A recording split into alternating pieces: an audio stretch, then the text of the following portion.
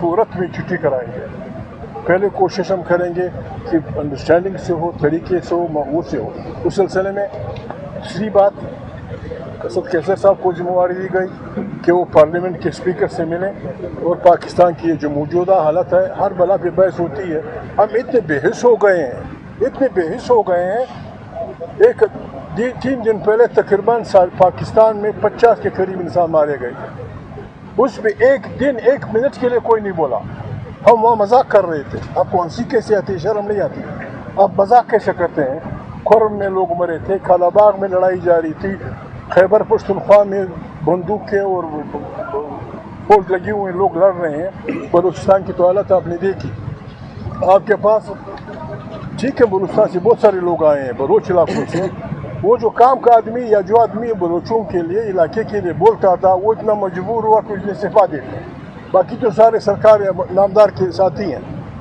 اور وہ جب سے پیدا ہوئے ہیں ہمارے پشتونوں میں، بلوچوں میں، سندھیوں میں، پنجابیوں میں ایسے خاندان ہیں کہ وہ ہر اقتدار کے ساتھ ہوتے ہیں. Evergreen trees, evergreen families. ان کی تو بے خونی کرنی چاہیے. ان کو تو بالکل اٹھا کے پھینک دینا چاہیے. سارے پارٹیوں کو یہ فیصلہ کرنا چاہیے کہ یہ ایور گرین خاندانوں کو نہ ہم الیکشن میں جانے دیں گے کنسٹیٹیوشنلی، نہ انہیں الیکشن میں جانے دینا چاہیے، نہ ان کو ووٹ دینا چاہیے، تاکہ اس ملک کو بہترین ملک، ایک ایٹمی ملک، دنیا جہان کی نعمتوں سے پر ملک. کوئی بھی آپ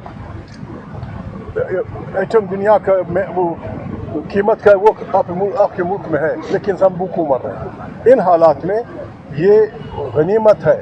یہ غنیمت ہے کہ ایسا الائنس بنا ہے جس میں مذہبی جماعتیں بھی ہیں، لیفٹ والی بھی ہیں، رائٹ والی بھی ہیں. اور مطالبہ کیا ہے؟ مطالبہ یہ ہے کہ آئین ہو، اس کی بالادستی ہو، پارلیمنٹ طاقت کا سرچشمہ ہو.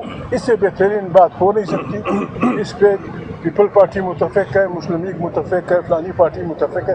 جب ہم سب آئین پہ متفق ہیں پھر تھوڑی بہت مخالفتیں ہوں گی. تو APC بلانے کے لیے انشاءاللہ ہماری کمیٹی میں